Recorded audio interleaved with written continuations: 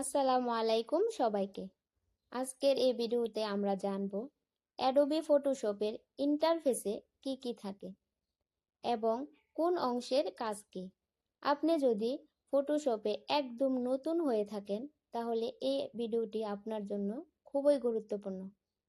চলুন শুরু করা যাক।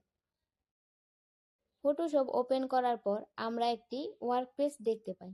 এই ওয়ার্কস্পেসের ভিতরে টুলস, প্যানেলস এবং অপশন থাকে, যেগুলো ব্যবহার করে আমরা ডিজাইন ও ফটো এডিট করি। সবচেয়ে উপরে থাকে মেনু বার। এখানে file, edit, image, layer, type, select, filter সহ বিভিন্ন মেনু থাকে। ফাইল মেনু ব্যবহার করে নতুন ফাইল সেভ, তৈরি এবং এক্সপোর্ট করা যায়। এডিট মেনু ব্যবহার করে আনডু, কপি, পেস্ট করা যায়। ইমেজ মেনু দিয়ে ছবির সাইজ ও কালার পরিবর্তন করা যায়। লেয়ার মেনু দিয়ে লেয়ার সম্পর্কিত কাজ করা যায়। বাম পাশে থাকে হলো টুলবার।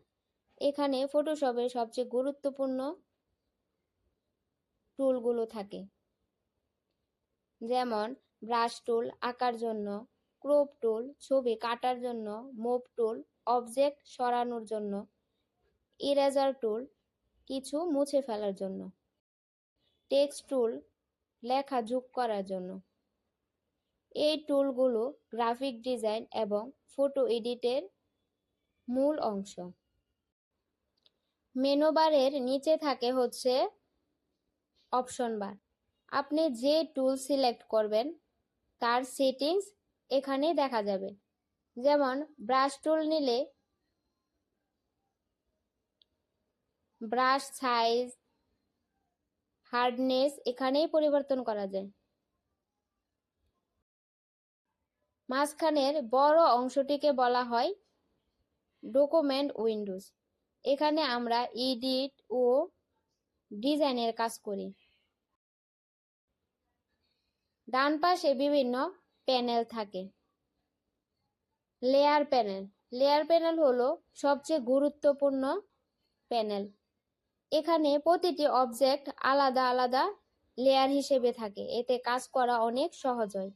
Colour panel. এখানে বিভিন্ন কালার নির্বাচন করা যায়। Properties panel. সিলেক্ট অবজেক্টের প্রপার্টিজ পরিবর্তন করা যায়। নিচের দিকে থাকে হচ্ছে স্ট্যাটাস বার। এখানে জুম লেভেল এবং ফাইল ইনফরমেশন দেখা যায়। তো বন্ধুরা, আজ আমরা জানলাম অ্যাডোবি ফটোশপের ইন্টারফেসে কি থাকে এবং সেগুলোর কাজ কি।